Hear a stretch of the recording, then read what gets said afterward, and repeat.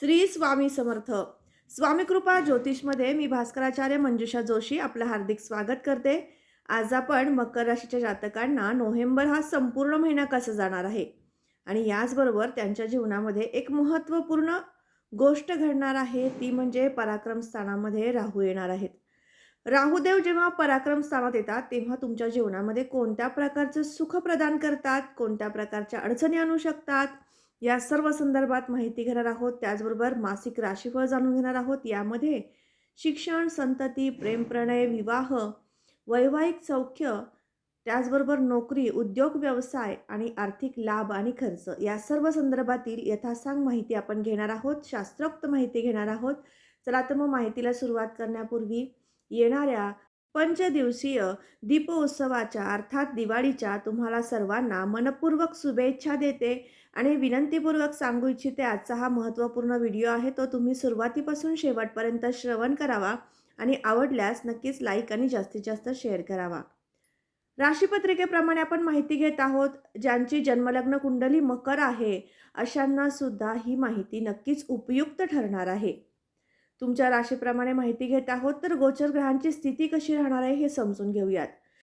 धनस्थानामध्ये कुंभ राशीमध्ये शनी, तृतीय स्थानामध्ये राहू मीन राशीचा, मेष राशीमध्ये गुरु, कन्या राशीमध्ये शुक्र आणि केतू, तुळ राशीमध्ये मंगळ, रवी आणि वृश्चिक राशीमध्ये बुध अशा प्रकारे गोचर स्थिती लाभलेली आहे. मग या गोचर स्थितीचा गोचर ग्रहमान हे तसंच राहणार आहे का, ग्रह परिवर्तन होणार आहेत हेही समजून घेणं गरजेचं असतं. 2 नोव्हेंबरला शुक्रदेव कन्या राशीमध्ये येतील, 6 नोव्हेंबरला बुधदेव वृश्चिक राशीमध्ये येतील, 16 नोव्हेंबरला रवी आणि मंगळदेव वृश्चिक राशीमधनं गोचर करण्यास सुरुवात करतील, 26 नोव्हेंबरला बुधदेव धनुराशीमधून गोचर करतील आणि 28 नोव्हेंबरला राहुदेव वक्री स्वरूपात मीन राशीतून अर्थात तुमच्या तृतीय स्थानातून गोचर करण्यास सुरुवात करतील आणि केतुदेव हे कन्या राशीमधून वक्र स्वरूपात गोचर करण्यास सुरुवात करतील. 4 नोव्हेंबरला शनी महाराज हे वक्री अवस्थेतनं मार्गी अवस्थेत येतील आणि तुमच्या धनस्थानातून गोचर करण्यास सुरुवात करतील आणि 29 नोव्हेंबरला शुक्रदेव तुळ राशीमधून गोचर करण्यास सुरुवात करतील. तर अशी गोचर स्थिती लाभलेली आहे. तर यामध्ये तुमच्या व्यक्तिगत जीवनामध्ये हा महिना कसा राहणार आहे समजून घेऊयात. हा महिना मकर राशीच्या जातकांना परिश्रम होतील, पराक्रम, परिश्रम, कीर्ती, प्रसिद्धी प्राप्त करून देणारा. तुम्ही जर मीडिया क्षेत्रामध्ये, बँक क्षेत्रामध्ये कार्यरत असाल तर तुम्हाला कीर्ती, प्रसिद्धी प्राप्त करून देणारा असा संपूर्ण महिना सकारात्मक ऊर्जेने भरलेला, उत्साहाने भरलेला, जीवनाचा आनंद घेणारा असा ठरणार आहे. नक्कीच तुम्ही याचा लाभ घेणार आहात, ही गोष्ट मी तुम्हाला प्रामुख्याने सांगू इच्छिते. धनस्थानाच्या स्थिती पाहिली असता धनस्थानामध्ये शनी महाराज कुंभ राशीतून 4 नोव्हेंबरला मार्गी स्वरूपामध्ये गोचर करण्यास सुरुवात करतील. तुम्हाला धनसंचय होत नव्हता, शेअर मार्केटमध्ये किंवा इतर ठिकाणी गुंतवणूक करायची होती पण फसवणूक होत होती, अशा अनंत अडचणीतनं तुम्ही जात होतात. परंतु आता शनी मार्गी होणार आहेत आणि तुम्हाला शनिदेव नक्कीच लाभ प्राप्त करून देतील. धनसंचय करण्यासाठी किंवा कर्जाचं तुमचा काही विषय असेल, कर्ज जास्त मोठ्या प्रमाणात असेल तर त्या कर्जातनं बाहेर पडण्यासाठीचे सुद्धा मार्ग उपलब्ध करून देतील. असे अनेक शुभ परिणाम तुम्हाला शनी महाराज देणार आहेत. याचबरोबर धनवृद्धिंगत होणार आहे हे आपण माहिती करून घेतलं. परंतु या स्थानावर आपण कुटुंबाचं सौख्य पाहत असतो. कुटुंबामध्ये एखाद्या ज्येष्ठ व्यक्तींना किंवा तुमच्या कुटुंबातील इतर सदस्यांना जास्तीत जास्त तुमच्याकडनं वेळ पण दिला जाणार आहे. तर ही एक चांगली गोष्ट तुमच्याकडनं घडणार आहे. याचबरोबर तृतीय स्थानाकडे वळूयात. तृतीय स्थान हे पराक्रम, परिश्रम स्थान म्हणून मानलं जातं. या स्थानामध्ये राहुदेव आलेले आहेत. याचाही शुभ परिणाम तुमच्या जीवनामध्ये घडणार आहे. मीडिया क्षेत्रात तुम्ही कार्यरत असाल तर तुमचा व्यक्तिगत ठसा उमटवण्याचा कालावधी, सुवर्ण कालावधी हा म्हणता येईल. नक्कीच तुम्ही याचा लाभ घ्यायचा आहे. याबरोबर छोट्याखानी प्रवास होतील. प्रवासातनं सुद्धा यशप्राप्ती आहे. चांगल्या ठिकाणी जाण्याची, पर्यटन करण्याची आवड निर्माण होणार आहे. हेही शुभ घटना तुमच्या जीवनात घडणार आहेत. त्यानंतर चतुर्थ स्थानाकडे वळूयात. चतुर्थ स्थान हे मातृसौख्याचं आणि त्याचबरोबर वाहन वस्तू सौख्याचं स्थान मानलं जातं. वाहन वस्तू खरेदी करताना अनंत अडचणी येत होत्या. व्यत्ययाने, विलंबाने तुमचं काम होत होतं. फार दिवसापासून वास्तू शोधत होतात पण मनासारखी मिळत नव्हती. अशा अनंत अडचणीतून तुम्ही जात होता. तर नक्कीच आता तुम्हाला ग्रहमान अतिशय उत्तम प्रकारचं 30 ऑक्टोबर नंतर सुरू झालेलं आहे. अर्थात 1 नोव्हेंबर नंतर संपूर्ण महिनाभर तुम्हाला वास्तू घेण्यासाठीचा शुभ कालावधी म्हणता येईल. वास्तूसाठी किंवा वाहनासाठी कर्जाचं प्रकरण करायचं असेल तर नक्कीच तुम्हाला या महिन्यामध्ये यश येईल आणि मनासारखी वास्तूसुद्धा घडून येण्यास मदत होईल. याचबरोबर आता पंचमस्थानाकडे वळूयात. पंचमस्थानावरून आपण शिक्षण, संतती, प्रेम, प्रणय या गोष्टीचा विचार करत असतो. प्रेम संबंधामध्ये वृद्धिंगत होण्याचा कालावधी हाच आहे. परंतु शुक्रदेव कन्या राशीतून गोचर करतील, भाग्यस्थानातून गोचर करतील. तुमचा जो काही पार्टनर आहे त्याच्यासोबत एखाद्या विषयावरती वाद होणार नाहीत याची काळजी घ्या. तेवढी एकच छोटीशी काळजी घ्यायची आहे, कारण तुमच्या किंवा तुमच्या पार्टनरच्या जीवनामध्ये एखादी महत्त्वपूर्ण गोष्ट, महत्त्वपूर्ण बदल घडल्यामुळे तुम्हाला एकमेकांना वेळ देता न आल्यामुळे, दुरावा निर्माण झाल्यामुळे वाद संघर्ष संभवतो. तेवढी एक काळजी घ्यायची आहे. याचबरोबर पंचमस्थानावरून आपण शिक्षण पाहत असतो. शिक्षणाच्या दृष्टीने विचार केला असता या महिन्यामध्ये अभ्यासू वृत्ती वाढणार आहे. परंतु अभ्यासामध्ये एकसंगता राहणार नाही.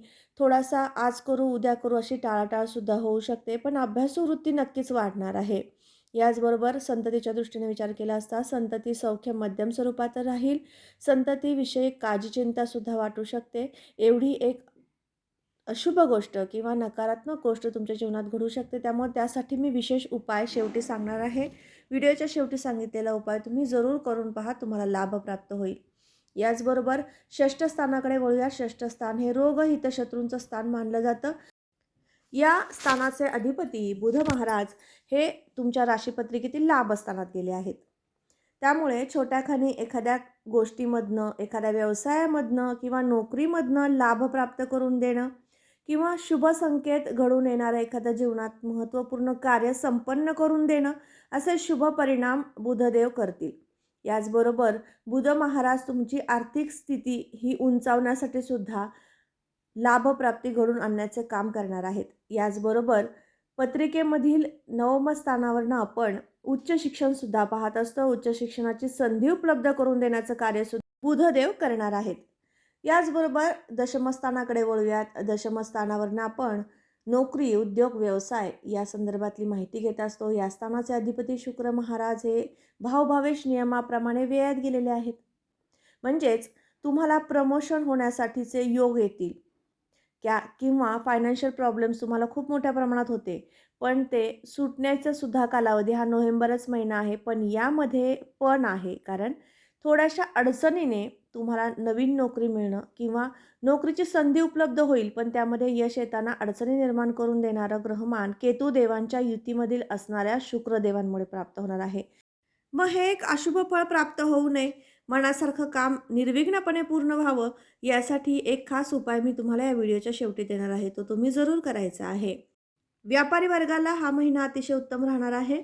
याचबरोबर लाभस्थिती ही मंगळदेव या स्थानाचे अधिपती झालेले आहेत आणि ते दशमस्थानात आले आहेत. त्यामुळे कर्मामुळे, परिश्रमामुळे तुम्हाला लाभप्राप्ती ही संभवत आहे. संपूर्ण महिनाभर कष्टाचं प्रमाण मोठ्या स्वरूपात राहणार आहे. कामातून उद्योग, व्यवसाय किंवा नोकरी या स्थानामधून लाभप्राप्ती घडून येईल. याचबरोबर खर्चस्थानाचा विचार केला असता खर्चस्थानाचे अधिपती गुरु महाराज हे राशीपत्रिकेतील चतुर्थ स्थानात गेलेले आहेत. मातृसौख्यासाठी, आईला आवडेल अशा काही गोष्टी खरेदी करण्यासाठी किंवा तिच्या सुखासाठी, तिच्या आरोग्यासाठी तुमच्याकडनं पैसा खर्च होऊ शकतो. वाहन, वास्तू या गोष्टी खरेदी करण्यासाठी सुद्धा पैसा खर्च होण्याचे योग या महिन्यात आहेत.